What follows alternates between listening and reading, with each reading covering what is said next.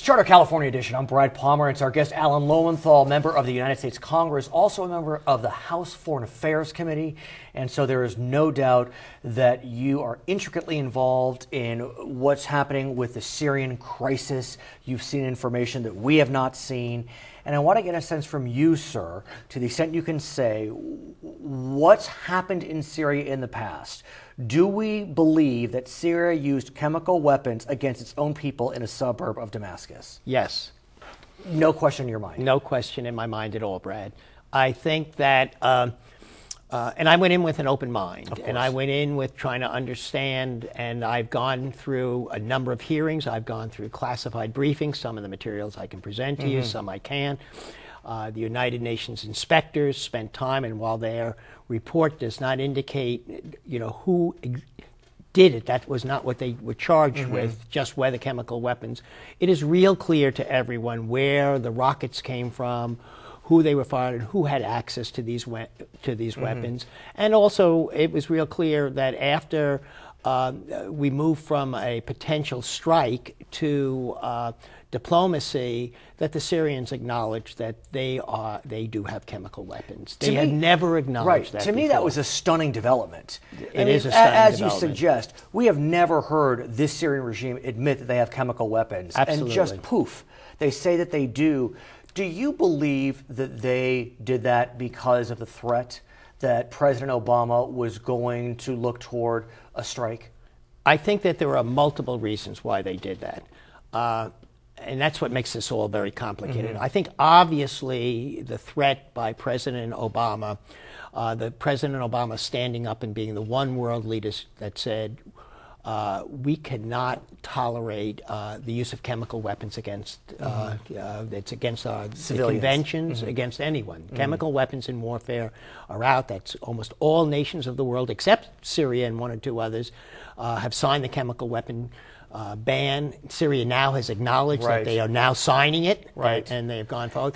But I think that all the data, everything indicates that the president certainly played a major role in it, if not with Syria, with the Russians also. And it was really the president. And I think that once the president and the Russians realized that this was real, and also that the Russians also, who are the major funder of that, once Syria had the threat on one hand and their major funder saying, hey, and the Russians want to play a larger role in the Middle East. They want to have more to say. They want to begin to introduce themselves as a world player. I think about President Putin, and he recently issued, wrote a New York Times editorial, which I found, as an American, to be pretty offensive. I did too. I mean, the way he indicated that we're not exceptional, I just don't think that was appropriate. Is it too nativist for us to say we're exceptional? I don't know, but I just don't think that was appropriate. I think that the President Putin is trying to present himself on the world stage as a peacemaker, and that the United States is a warmonger. I think that's totally inappropriate. It was the United States that really stands for peace throughout the world. Not that we always do the right thing, not that we always do, and not that always all of our how we carry that out. But it's obviously Mr. Putin is trying to change his role in the world. Here's what's fascinating to me. If we go back 10, 12 years in the run-up to the war in Iraq, when there were discussions about the use of chemical weapons by Iraqis or the possession of chemical weapons by the Iraqi government, we had against the Kurds, which against they did, the Kurds, and but, against, but those attacks seem to be years in the past. There was no evidence like we have today. There were no pictures of the Iraqis using chemical weapons other than 20 years earlier, and yet the polling was at a minimum split as to whether we should go into Iraq. Today, we have pictures that are horrifying. I mean, dead children, arms in a position that shows that they have been inflicted with sarin gas, and yet the polls are very strongly against intervention. It seems counterintuitive. I think there are different issues going on with the American public about that. I think the American public is appalled by the use of chemical weapons and the regime in Syria. I think that But I think the American public felt that they went into Iraq and they were told that in both Iraq and Afghanistan that there was an end game, that we were going democracy. Our intervention would lead to changes in regimes, would lead to difference. And we're finding, even if you pick up the news today, that Iraq is in just as bad shape today after 11 years. Which I understand. And the American public feels like the United States has now come out of one of the worst economic crises of its time. It needs to focus its attention on America. So that's true. I think we're in a period in this country where people are pulling in and looking at themselves more than wanting to intervene in the world. Which I completely understand. At the same time, if we were willing to go into Iraq when there was no evidence of use of chemical weapons but for 20 years earlier, why are we not willing to go into Syria when the evidence is overwhelming? Because we don't trust that there's a way to get out of Syria.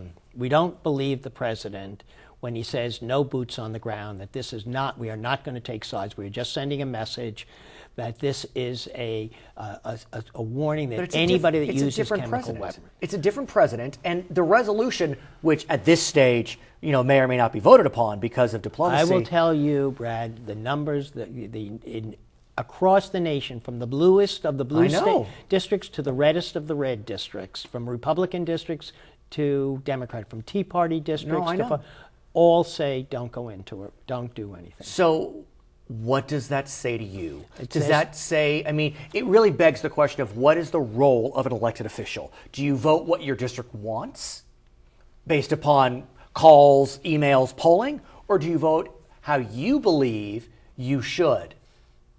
I think we all, at the end of the day, have to vote what is in our conscience, what is in the best interest of the United States. I think we have to listen to our constituents, we have to talk to our constituents, but at the end of the day, when we vote, we have an obligation to uphold the Constitution and to do what's right. And I think that would happen. I think right now that the best opportunity now for peace is a diplomatic solution. The president has said that. He's always encouraged. The president, remember, the president has called for diplomatic solutions for now over 2 years. This is the 12th use of chemical weapons by Assad. This is not the first time. In how long? The last 2 months, 3 months, 6 months. But we only have pictures on one? We have pictures on others, but they were small attacks. We know that Assad has used chemical weapons before. Small, and the president has spoken to Assad. The president has spoken to the Russians before. But you know what I hear? He has not gotten anybody's attention until Assad did this massive attack, and then the president stood up and said, enough is enough. The United States, who is a signature to the chemical weapons ban, cannot tolerate this. This is not what civilized countries do, and everyone agrees with him. But they don't want to go as far as the president. You know what I also hear on the street is let them kill each other. It's not our problem. Let them kill each other. But what seems arguably what's different, it would have been one thing if Assad had used chemical weapons against his enemies, meaning the Syrian Free Army. That could be them killing each other. He's attacking a rebel army. But he didn't do that. He sent chemical weapons into a suburb. Yeah, but I think what scares the American public is that of the thousands of both American soldiers in Iraq and in Afghanistan and all the civilians that were the collateral damage. And I think people don't trust that you can control on either side collateral damage. As bad as Assad does, I think people are frightened that if we get into military incursion, there'll be a reaction against it. Many civilians will be killed. But is this a Munich moment? I think that the president has raised the moral issue of our time, and I hope that diplomatic solution will occur. I think it's in everyone's best interest to get rid of chemical weapons and never to see them occur again. His name is Alan Lowenthal. He's a member of the US Congress. My name is Brad Pomerance. We'll be right back on Charter California Edition.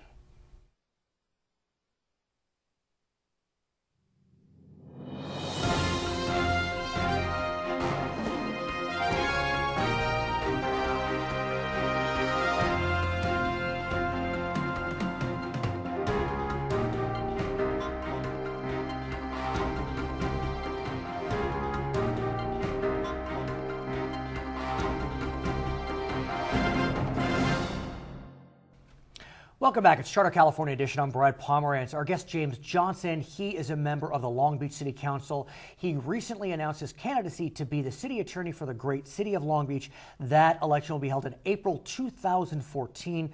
Sir, congratulations on your announcement. I know you've been committed to Long Beach for quite some time, so we wish you the best of luck. Thanks, Brad. I want to get a sense from you, why have you decided to make this jump? Well, you know, city attorney is a very important position. It's a citywide position that I think really can fundamentally affect people's quality of life. And so I thought, you know, where can I do the most public good? I thought this is the position. And what's interesting about Long Beach, there are two things. First, city attorneys are elected. That's not a model that is adopted pervasively throughout the state. But second, there's another elected attorney, city prosecutor. So you have a divided legal department, I guess you could say. City attorney handles civil matters. City prosecutor handles criminal matters. That's right, Brad. And there's 14 cities in California, to my knowledge, that have an elected city attorney. And there's a reason for that. The reason is the people of Long Beach and the charter, our fundamental constitution, our fundamental law, really want a city attorney that answered directly to only one group, the people. Right. And that means sometimes you have to give your client, the city council, some tough advice. They may not want that advice. And I really think that's a beauty of our city charter. And one could argue that if you are appointed, you may be a little nervous to cross the council and or the mayor, because if you do, they can remove you from office, presumably. You may be unappointed. And that's why I think it's important in this position. Really, you need to be an independent, strong leader representing the people of Long Beach through the council and sometimes telling the truth, even if it's politically inconvenient. Do you know how many cities split the attorney and prosecutor's office? I know, for example, Los Angeles does not. Do you know? It's pretty rare. You're right. So if you only have 14 elected city attorneys, presumably you'd even have less. Yeah, and, you know, and over the years, people have talked about merging the offices. It's a possibility we could consider down the road. But at the end of the day, you have to prosecute the misdemeanors. You have to do the civil side. So if you put it in one office, you're going to have to do the same amount of work anyway. And I'm not sure there's really a lot of savings there. And one could argue there could be a conflict, because you have the question of trying to minimize liability if there's an incident, but there could also be criminal implications, and those could be conflicting. That's right. So in places like Los Angeles where they combine it, they have to have kind of an internal wall dividing those attorneys. But in Long Beach, I think it's pretty simple to have two separate offices, and I think we do a pretty good job at it. Let's talk about minimizing liability for the city. I think it's fair to say that for the citizenry, where we see liability be at its greatest for municipal governments is when there's an incident dealing with a police officer. I mean, those are where you see the headlines, big payout, $4 million, $10 million, a cop shot a person shouldn't have. Where do you go with this, assuming you're elected? Yeah, well, the city attorney's job really is to defend the city. And, every time you pay out a large lawsuit, that's coming ultimately from the taxpayers. That's less money for things like police, sidewalks, streets. So you have to do your job. You have to make sure you vigorously defend the city. That said, of course, working in the police department, their job is to make sure their officers are acting within policies and there aren't the wrongful shootings.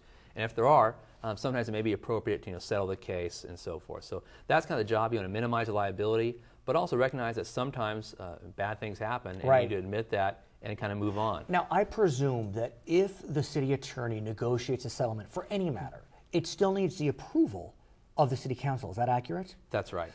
That can get dicey. I mean, there have been cases in variety of municipal governments where the city council will come out against the recommendation of the elected or appointed city attorney.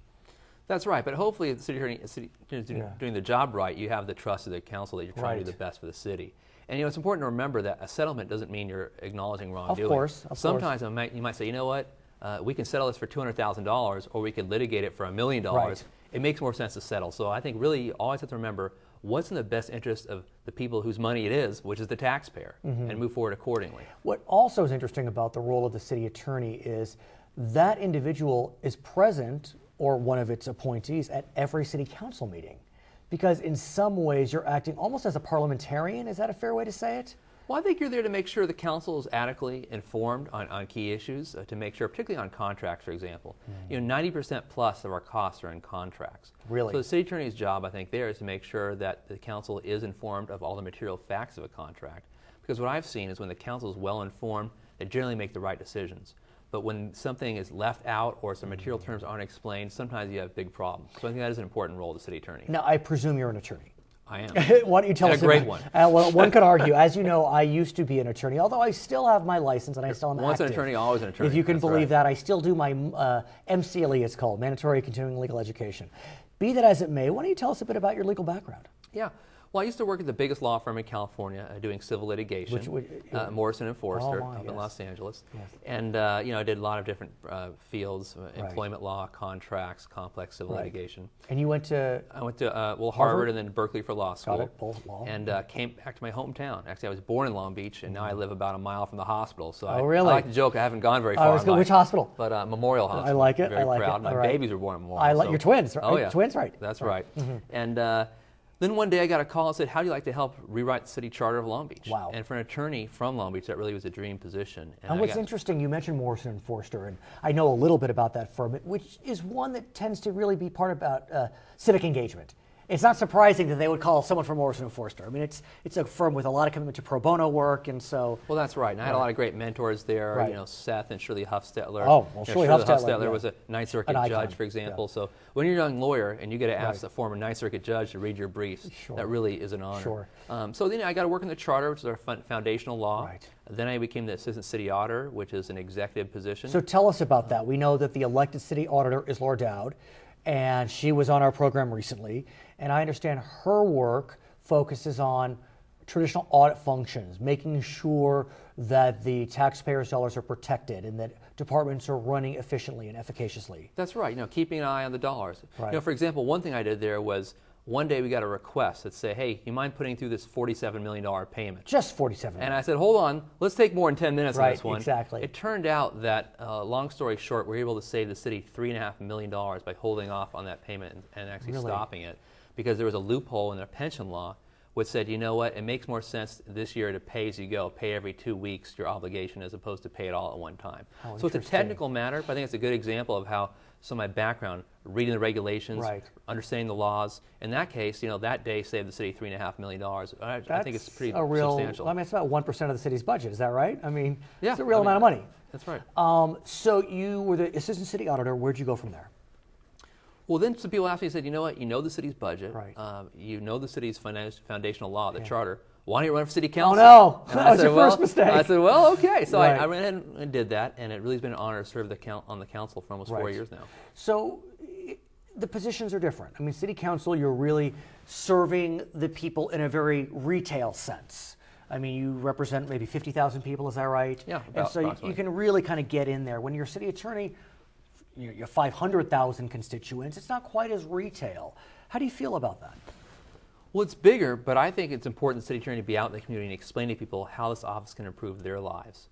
And there are 3 things I really want to focus on as city attorney. One, I want to provide the highest quality legal advice, because everything we do, whether it's run the nation's biggest port, run a beautiful airport, you need to have the attorneys in the room making sure that goes forward. And the city of Long Beach operates both the Long Beach port and the Long Beach airport.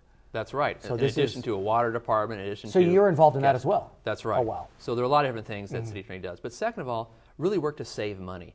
As an attorney, I know when you go to trial, both sides have already lost. What can we do to prevent those kind of cases? What can we do to work with the department to say, are there some things happening that are resulting in too much litigation? Right. So, really risk management. And finally, I want to work on improving quality of life in the neighborhoods. Going out and saying, where are the drug houses that over and over are consuming police resources and shutting those places down? For example, there's something called a gang injunction, which is civil. It's not criminal. So would your office handle that, assuming you win, or would the prosecutor's office? Well, the city prosecutor's office does gang injunctions, but one thing we can do is use the civil nuisance laws. So if you have an apartment building that's getting, say, 10 calls a night to the police department, you can go in there and tell the apartment owner, you need to abate this nuisance, or we're going to fine you $1,000 a day, for example. And that's been a pretty good tool, and can be a tool, to really shut down the drug houses, shut down the gang houses. Because what we see is you might have 5% of the population causing 95% of the problems. Most people are law-abiding, doing the right thing. So by going after that 1 or 2 houses in a neighborhood, we can really make the whole community safer. Okay, his name is James Johnson. He's a member of the Long Beach City Council, candidate for Long Beach City Attorney. When we come back, we'll be speaking with Jeff Kellogg. He is the president of the Long Beach City Community College District. I'm Brad Pomerance. It's Charter, California Edition.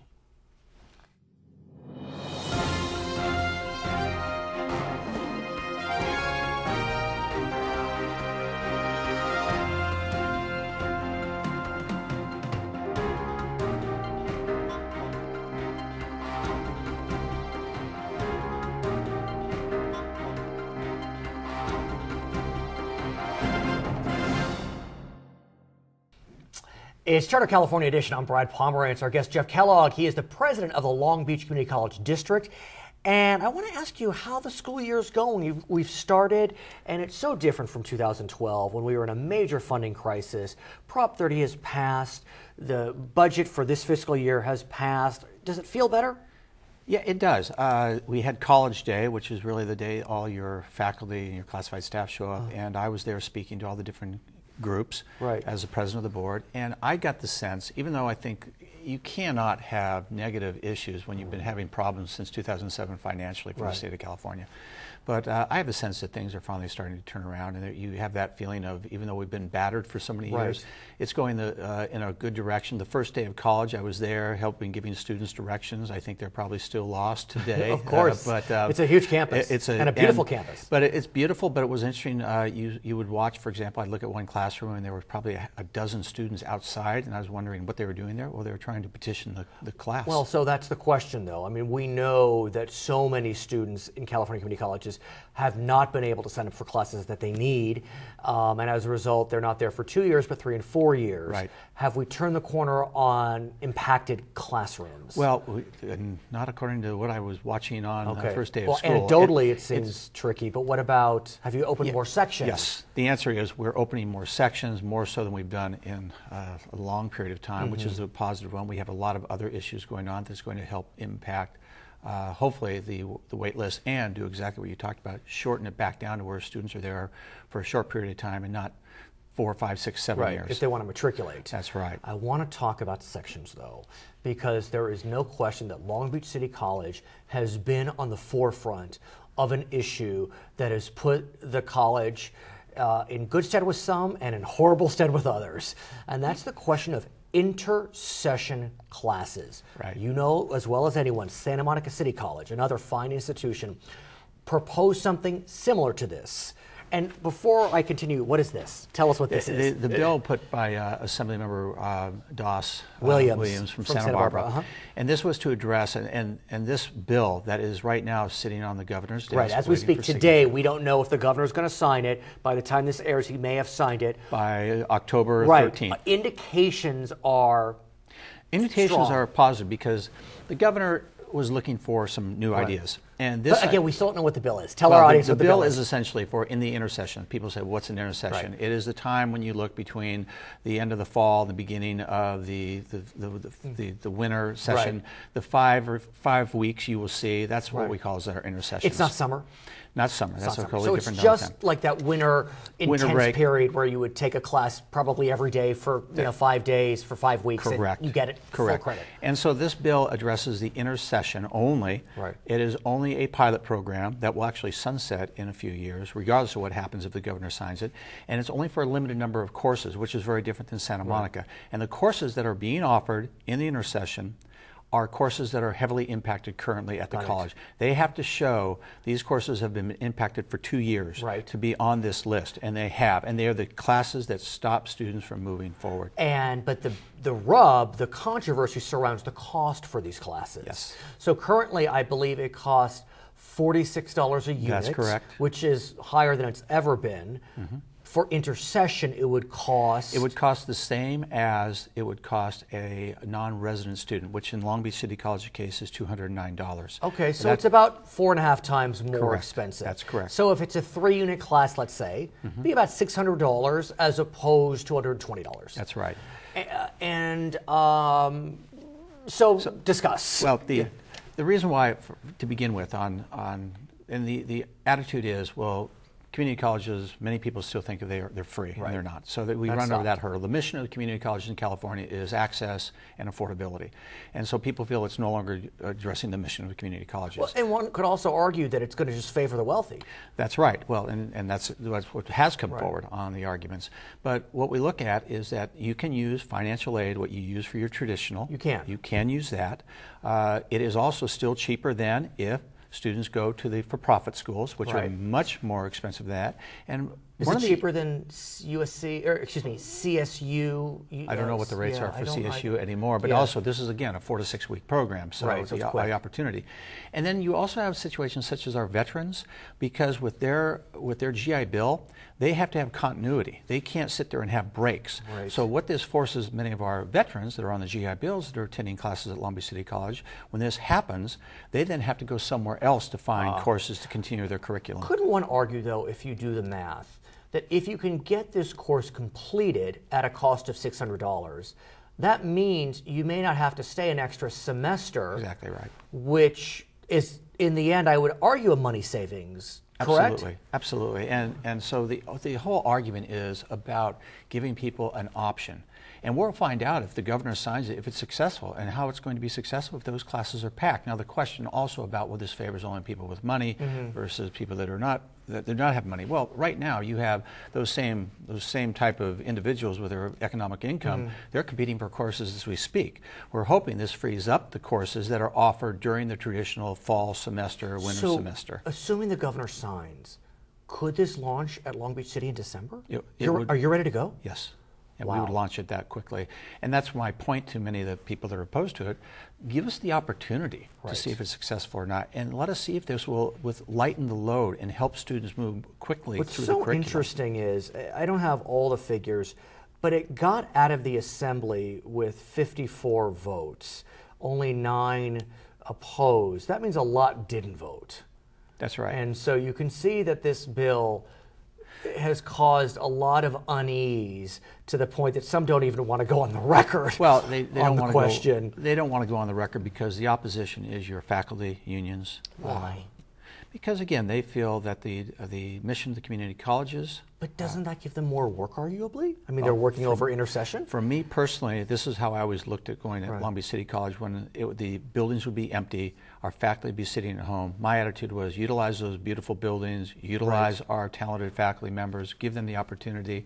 And again, this is only to cover those periods and those restricted times. And so I agree wholeheartedly. That's why we pushed for it. That's why we got through. The reason why many people did not even vote for it was because they had a lot of political pressure in Sacramento. And actually some of our local people, local elected representatives. I wonder how Ms. Lowenthal... She voted against it. Do you know what Senator Laura did? I'm not aware. He was in a committee where it passed, but then on the floor vote of the state Senate, he voted against it. How interesting. And Doss Williams, Assemblymember Doss Williams, represents the Santa Barbara area, and as we speak today, it appears the Santa Barbara Community College District will not be adopting the pilot program. They are not part of the pilot program. He tried to incorporate his own local community college that he attended, and he attended. And by the way, fascinating story. Homeless and wound up getting, I think, a PhD. And quite a story. Really interesting. But he just felt the Board of Trustees at Santa Barbara City College didn't want to have anything to do with it. So we did. Yeah. Do you know what districts have agreed to sign on? There are, I believe, 5 or 6. But Long Beach was always at the forefront. But there's also Solano. I do know that, and there's a few others that I don't want to state. But that's fine. We'll put it on the screen. I'll try to get the information. We'll roll it on the screen. But they're there, and we'll see how everyone does if it passes. And again, the governor's going to have pressure on this one too. How long is the program? Do you know? Is it 3 years? 5 years? It will sunset in 2 or 3 years. Right. So and then what? Well, then they have all the data to see if it was successful or not. And I believe, how can it not be successful? It's going to give students another opportunity. What would be the basis of success? That the classes are filled? Yes. So do we know what classes yet Long Beach City will be offering? Oh, absolutely. We know the ones because they're the ones that are... And they are? They're the ones that I look at and see people standing outside. They're in the areas of math, English, writing, those areas. There's very specific on what the curriculum is. Again, 2 years of impacted courses where there are long lines to get in. Those are the courses that we're going to offer. Do you know if the students are aware this may happen? Well, absolutely, because we have our student trustee currently on the board. She is adamantly opposed to it. She's had little rallies.